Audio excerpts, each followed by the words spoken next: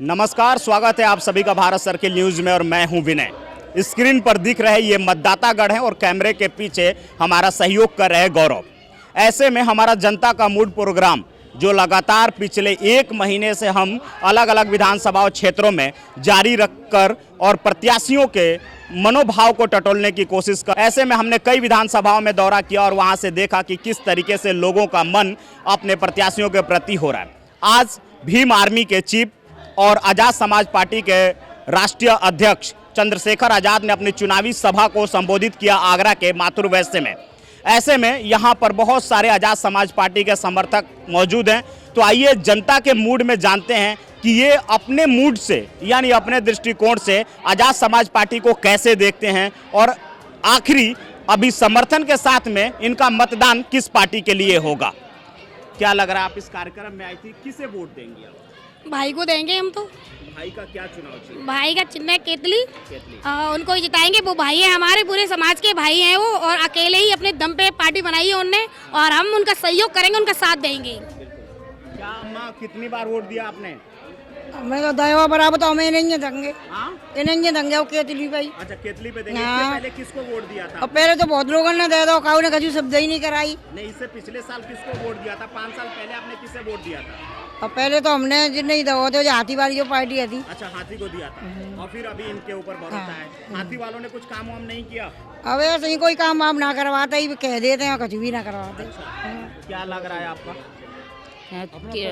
मेरा नाम ममता गौतम है, विधानसभा यजमानपुर से संयोजक। हाँ, मिशन 78 की हूँ।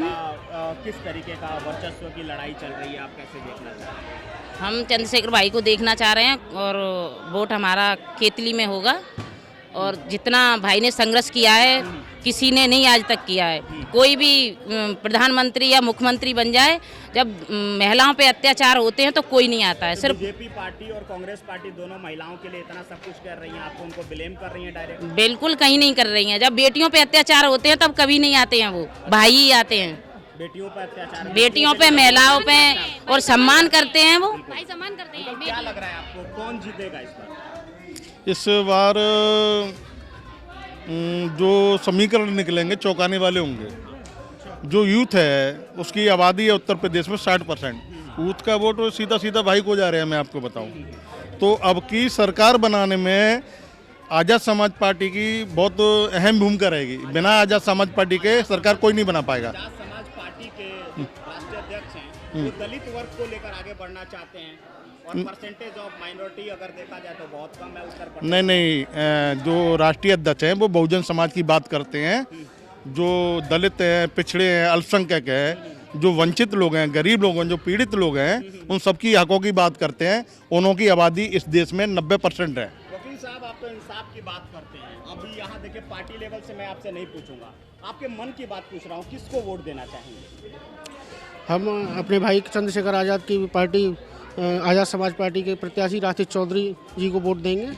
इससे पहले किसको वोट दिया था? इससे पहले हम बहुजन समाज पार्टी को वोट दिया करते थे। वोट बैंक का कैडर आपका इसी पार्टी के मिलता जुलता है। क्या बिल्कुल। आप भारतीय जनता पार्टी के विकास के कार्यों से संतुष्ट नहीं है? बिल्कुल संतुष्ट नहीं है।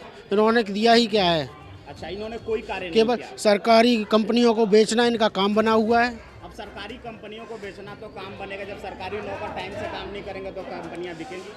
सरकारी नौकर अपना सब काम टाइम से करते हैं, लेकिन इनको अपने जो मित्र हैं अंबानी, अडानी, क्या अपेक्षा रख रहे हैं अगर आज़ाद समाज पार्टी के विधायक डॉक्टर राशिद चौधरी बनते हैं तो बिल्कुल क्या रख रहे हैं कि कि बिल्कुल विकास, क्या काम होना कि चाहिए? बिल्कुल विकास कराएंगे। क्या क्या काम होना चाहिए आपके क्षेत्र जो भी जनता की बेसिक ज़रूरतें हैं उनको अपना काम कराएंगे।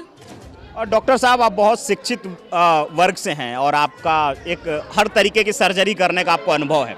ऐसे में आप दवाई भी देते हैं, बहुत सारी दवाई देते हैं और सारे मरीजों को समझ पाते हैं। उत्तर प्रदेश विधानसभा की नब्ज आप कहाँ से पकड़ रहे हैं?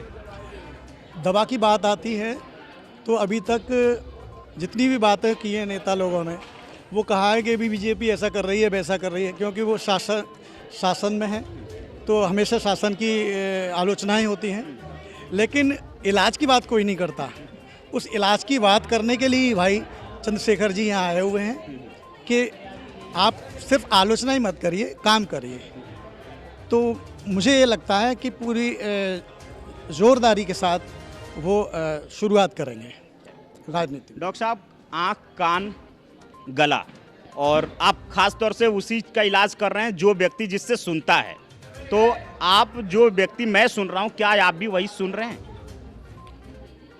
बिल्कुल, जो सच है वो सभी लोग स्वीकार करते हैं। वो अलग बात है कि कई बार सच को कुछ लोग जो है अपने ऊपर ये मन से या जो मुंह से हम लोग जैसे आवाज़ के रूप में नहीं बोलते, लेकिन जो आदमी सच्चाई के साथ खड़ा है, सच के साथ खड़ा है, पीड़ित समाज के साथ खड़ा है, और जो वाकई जो परेशान है, देखिए हमारा पूरा भारतीय समाज कई बार क्या है कि पीड़ित तो है ही है। अब हम किसी को भी ले लें, जैसे अभी बात आ रही है आपके साथ मैं सुन रहा हूँ, तो कहा कि भाई कंपनियां बिक रही हैं, तो ये देखिए इसमें कोई पीड़ित तो है नहीं, इसमें केवल जो नौकरी वाले हैं उनकी पीड़ा है, और हम जो नौकरी में नहीं है उस पीड़ा को नहीं समझ सकते। ऐसे ही जो कई बार जैसे हमारा जो निचला तबका है, कोई जैसे उनके साथ कोई घटना हुई, दुर्घटना हुई, और किसी आदमी ने उनके साथ बेइज्जती किया, उनको परेशान किया, कानूनी रूप से भी उन्हें फंसा दिया, तो उनको सपोर्ट करने के लिए पूरा गांव या पूरा कस्बा जानता है कि उसके साथ अन्याय हुआ है, लेकिन बहुत कम लोग हैं जो कि वहाँ पे सच्चाई के साथ जाते हैं। जैसे मैं आप लोगों से कहूँगा, मीडिया है हमारी, मीडिया बिल्कुल सच्चाई के साथ अपना निकालती है, वो अलग बात है। कई बार जो हमें न्याय मिलता है, हमें जो उनको पीड़ित पक्ष को कितना सहायता मिल पाती है, वो एक अलग बात है। मीडिया अपना, आप लोग अपना पूरा कार्य कर रहे हैं और सब लोग कार्य कर रहे हैं, लेकिन आप लोगों के अलावा या कुछ सामाजिक लोग हैं या जो हमारे कुछ जो बहुत एक्टिव लोग हैं, चंद्रशेखर आज़ाद जी हैं, भीम आर्मी ने पिछले कई सालों से बहुत बड़ा काम किया हुआ है, ऐसे बहुत कम लोग जाते हैं कई बार, और शासक वर्ग तो जाने नहीं देता उस घटना पे। ये बहुत अच्छी चीज़ है कि मीडिया जा पाती है, और कुछ जो सामाजिक कार्यकर्ता हैं वो लोग जाते हैं। हमेशा सच का साथ देना बहुत ज़रूरी है, और इससे क्या होता है कि भाई समाज में एक प्रेरणा मिलती है, हर आदमी कुछ ना कुछ अच्छा करने की प्रेरणा प्राप्त करता है। डॉक्टर साहब, आपको डॉक्टरी लाइन की बात करूं तो मेडिकल को भारतीय जनता पार्टी ने बहुत सुरक्षा दिया है। बहुत सारी चीज़ें पहले 5 साल पहले गलतियां होती थी, तो क्या आप भारतीय जनता पार्टी से अभी भी संतुष्ट नहीं हैं? मीडिया से माध्यम से मैं कहूँगा कि हमारे मेडिकल काउंसिल ऑफ इंडिया चलता था, तो उसमें आपने देखा होगा कि हमारे आगरा में जैसे मेडिकल कॉलेज है, एसएन मेडिकल कॉलेज या और भी अदर मेडिकल कॉलेज है, उनकी एक धमक, एक नाम, एक बहुत इज्जत थी।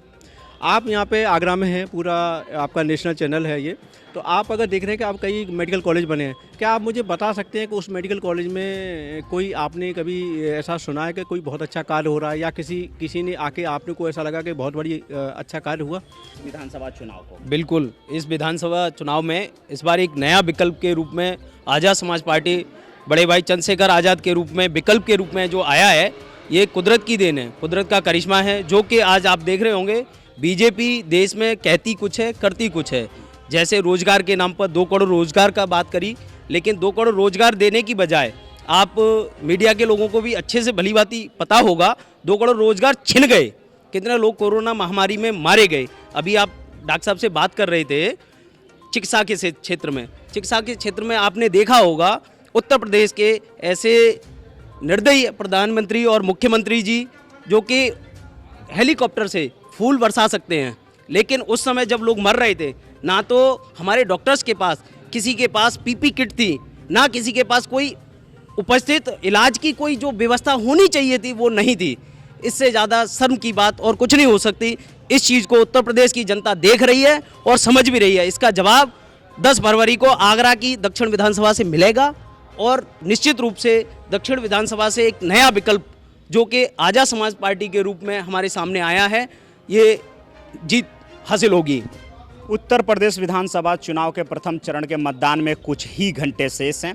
ऐसे में तमाम चुनावी दल अपने स्टार प्रचारकों के साथ में आगरा के 9 की 9 विधानसभाओं में कवायद करने में जुटा हुआ है और अपने प्रत्याशियों के साथ में अपने मतदाताओं के मनोबल को बढ़ा रहा है। बहरहाल वक्त बताएगा 10 मार्च को कि किस पार्टी को कितना समर्थन मिलता है। जनता मूड प्रोग्राम देखने के लिए आपका बहुत बहुत आभार।